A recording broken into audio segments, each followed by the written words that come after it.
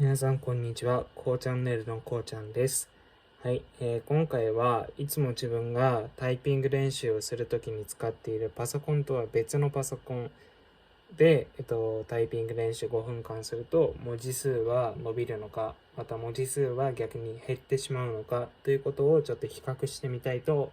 ちょっと個人的に思ったのでやってみたいと思います。いつもそのパソコンタイピング練習5分間動画で、使っているものは普段自分が大学の課題とかいろんなものをやるために使っている、パソコンなんですけど、このパソコンはもともと家にあるパソコンなので、比較していきたいと思います。またタイピングをしている5分間の間は基本自分は何も喋りませんので、タイピングしている様子だけ、お届けできればいいかなと思っております。それでは開始していきます。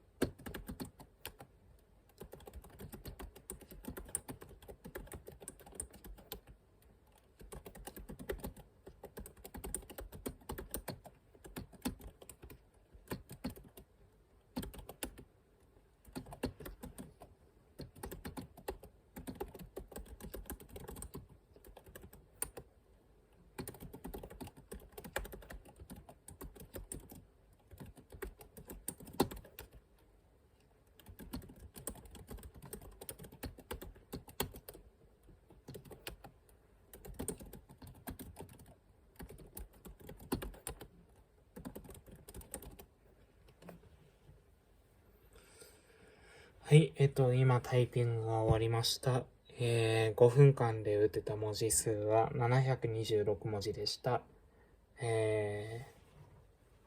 そうですね。微妙にいつも使っているパソコンよりタイピングできるっていうか、その5分間で打てた文字の数は減りました。このことから、これからもこのことからっていうかタイピングを頑張っていきたいと思います。ありがとうございました。